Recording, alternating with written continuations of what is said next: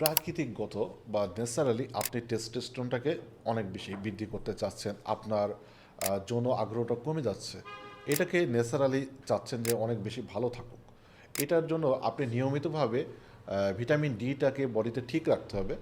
এটা প্রাকৃতিকভাবে আপনি সকালবেলা সূর্য যখন উঠছে ওই সময়টা যদি কচি সোনালি রোদ্রে যদি নিয়মিতভাবে 10 মিনিট 20 মিনিট আধা ঘন্টা যদি খালি গায়ে যদি রোদ্রে বসতে পারেন, ইনশাল্লাহ আপনার বডিতে ভিটামিন ডিটা ধীরে ধীরে কিন্তু বাড়তে থাকবে। সাথে আপনি ডিম দুধ খেতে পারেন। ভিটামিন ডিটা ওদিক থেকে বাড়ছে, এদিক থেকে আপনি ক্যালসিয়াম আসছে, দুইটাকে একত্রে আপনার বডির ক্যালসিয়াম অ্যাবজর্পশনটা ভালো হবে, শোষণটা ভালো হবে, আপনার শরীরটা ভালো থাকবে। এবং 2 নম্বর পয়েন্টটা, সবসময় চেষ্টা করবেন যে আপনার খাদ্যগুলো আছে এটা ভেজাল মুক্ত খাদ্য হইতে হবে। যেটা আমাদের দেশে বেশিরভাগ খাবারটাই ভেজাল, এটা আসলে একটু ডিফিকাল্ট, চ্যালেঞ্জিং, তবুও আপনাকে চেষ্টা করতে হতে পারে।